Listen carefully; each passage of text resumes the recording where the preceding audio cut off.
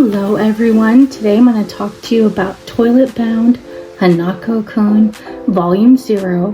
This is a special volume which details the origin of Adlerall's masterpiece.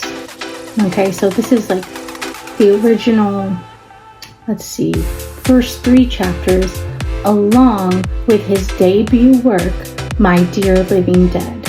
Let's get into it. This is part 3. My Dear Living Dead is the debut work of Adlerall, and I have to say, it's beautiful artwork. It revolves around 2 necromancers from the church who are used to expel demons from the universe. Both Lily and Colt are necromancers who are the only ones who can kill the living dead.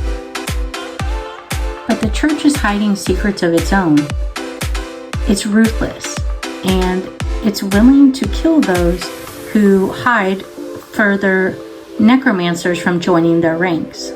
Both Lily and Colt were orphans rescued by the church, but Lily finds it hard to come to terms that they cannot leave the church grounds at all.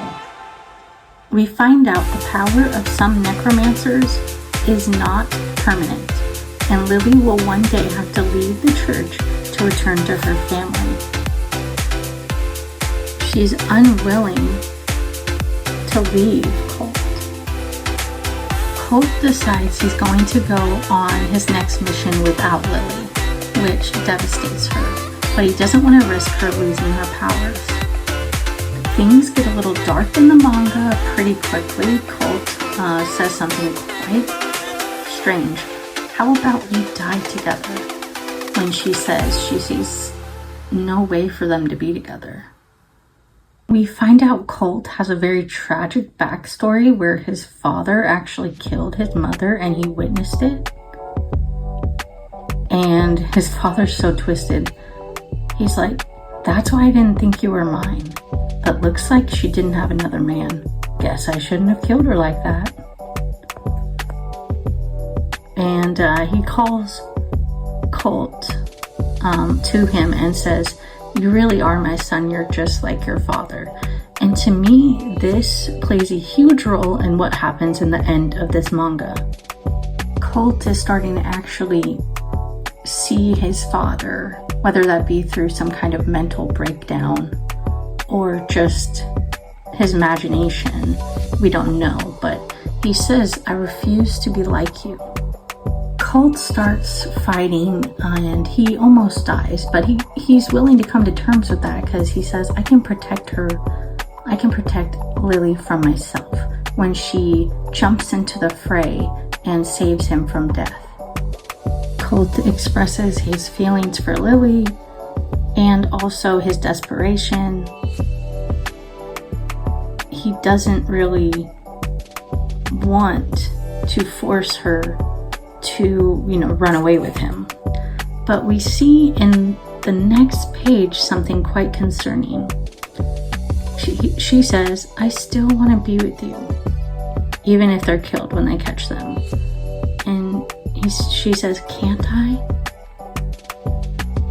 He says, "You mean it's not bad for me to want to be with you?" "Of course not. Are you sure?" "I am, because Colt."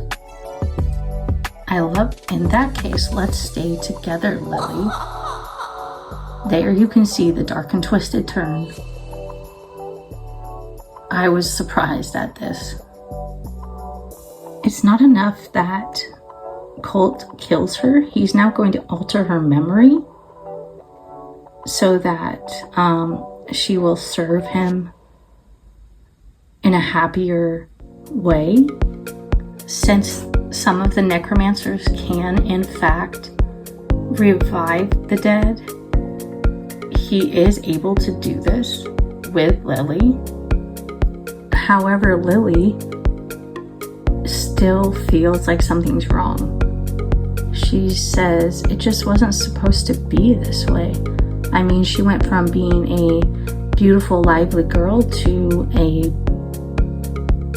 nightmare creature. And this is the sickest part of the manga. he puts the blame on her. She says, "You were so kind to bring me back after I messed up and got myself killed. But I'm so hideous, I'm sorry." Okay, he literally killed her. And he's living with that and having her live with the guilt that she did it. It's crazy. He says, "Don't be silly. I don't care where I am as long as I'm with you, Lily. Colt, will you always be with me?" And it ends with, "We'll be together forever." Now, this gave me some magical girl vibes, as well as some dark, twisted, kind of Neverland, magical Madoka vibes. And I have to say though, I was completely satisfied with volume 0, especially that last story. While it was a shocker, it was a fun read. I mean, to have that ironic twist at the end, to see Colt actually transform into the same monster his father was really cool. Go ahead and give this one a look-see when you next go to your store. Have a great day.